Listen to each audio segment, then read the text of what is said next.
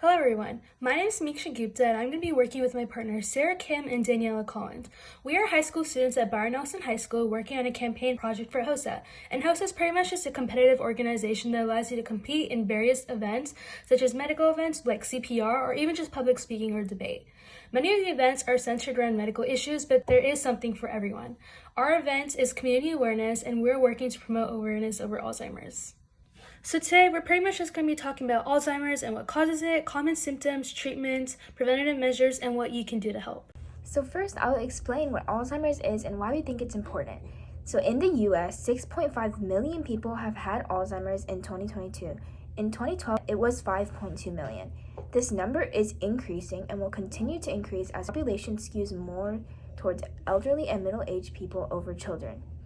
This is because the percentage of people with Alzheimer's dementia increases with age. Overall, 1 in 9 people aged 65 and older have Alzheimer's, which is around 10.7%.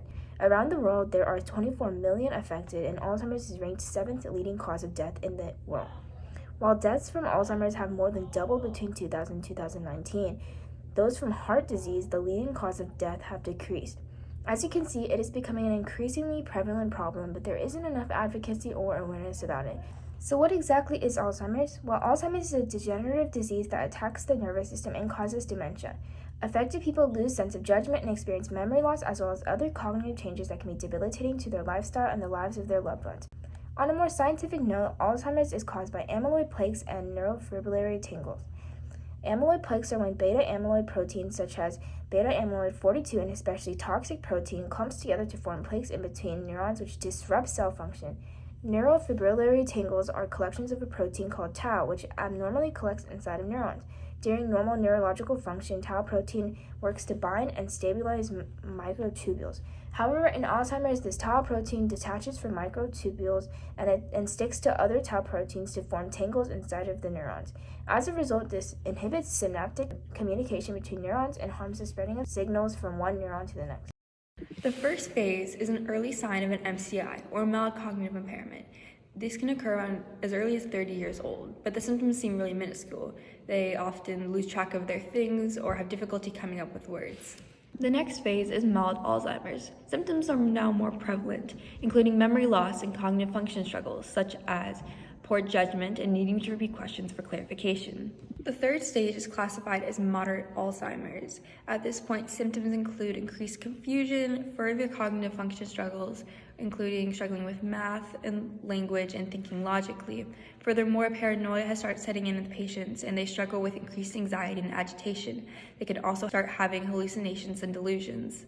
At this point, patients no longer remember their friends and family and they cannot cope to new situations on their own. At the most progressed stage of the disease, patients can no longer communicate well. They suffer seizures, weight loss, skin infections, and incontinence. They also have difficulty swallowing, which is important because it can lead to aspiration pneumonia, the most common cause of death due to Alzheimer's. Aspiration pneumonia is when the lungs start filling up with food and water instead of air. So, how does Alzheimer's get diagnosed? The first step is to see a primary care physician.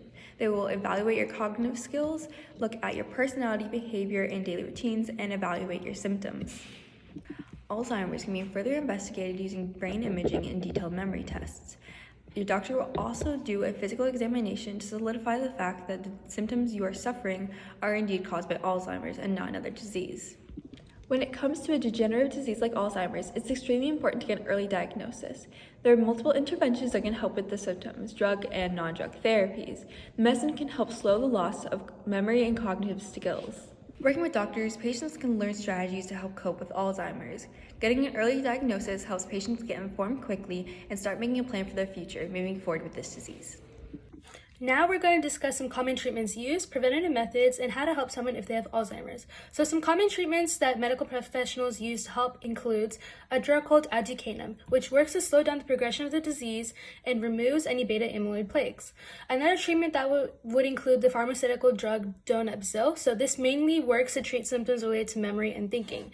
It also inhibits an enzyme in our body that works to break down acetylcholine. And if you didn't know what acetylcholine is, it's pretty much just a chemical messenger that's important for communication between our nerve cells. Another common drug used to treat Alzheimer's is memantine. So memantine is used to help treat symptoms such as memory and works to improve attention, ability to perform simple tasks, and more. Typically, this medicine is prescribed to those with moderate to severe Alzheimer's. Other drug treatments that can be used to help treat symptoms would be orexin receptor antagonists for insomnia, antidepressants for depression, and antipsychotic medications for aggression. While there are many drug treatments, there are also some non-drug treatments available. So coping strategies can be used as well as accepting help from others. You can also use therapies like cognitive stimulation and cognitive rehabilitation, which works to maintain or restore cognitive functioning in Alzheimer's patients. Other therapies include reminiscence, where Alzheimer's patients try to remember old memories to keep their memory intact and give them a sense of fulfillment and improve their self-esteem. There are also some preventative measures that you can take to help reduce the chances of getting Alzheimer's. So for example, you can go on a diet such as the DASH diet. So pretty much this diet focuses on fruits and vegetables and other foods. Another diet would include the Mediterranean diet, which primarily focuses on consuming less red meat and consuming more whole grains. One can also quit smoking and drinking, be more physically active by exercising, mentally active by reading or trying new hobbies, and more. And please make sure to seek out professional help if you are experiencing or if you see someone experiencing any Alzheimer's symptoms, because the earlier it's detected, the more likely it will be successfully treated. And finally, here are some ways to help if you see someone with Alzheimer's. Make sure you give them comfort by giving them gentle touches, hugging them, etc. You can also make sure they're safe by adjusting their surroundings. Be understanding by making sure not to react negatively if they get angry or blame you for something. And make sure to distract them by talking about keepsakes or even old photos. So what can you do? Well, for one, you can attend clinical trials which test drugs, medical procedures, behavior, or lifestyle changes and how they affect the progression of the disease, and studies on how to diagnose diseases. This can help scientists find a cure for Alzheimer's, or at least better treatments and methods of diagnosis. However, you have to be over 18 to participate. Similarly, observational studies are something you can participate in to help. They collect information from people over time to see how the disease progresses and how different lifestyles affect it. The website linked at the bottom of the slide is where you can search for clinical trials near you. For people who can't do these things because they are under 18 or don't qualify, another thing you can do to help is to donate to official international organizations such as the Alzheimer's Association, which is devoted to finding a cure for Alzheimer's. You can find this organization at alz.org, or you can just look at the link on the slide. Its mission is to end Alzheimer's and all dementia by accelerating global research, driving risk reduction and early detection, and maximizing quality care and support. Or with your own research, you can find other organizations to donate to help support the cause of finding a cure for Alzheimer's. So in conclusion, donate, spread awareness about clinical trials, follow preventative methods, and spread awareness by following our social media accounts and sharing them to others. So this is our contact information. We would greatly appreciate it if you could follow us and share our posts. Thank you.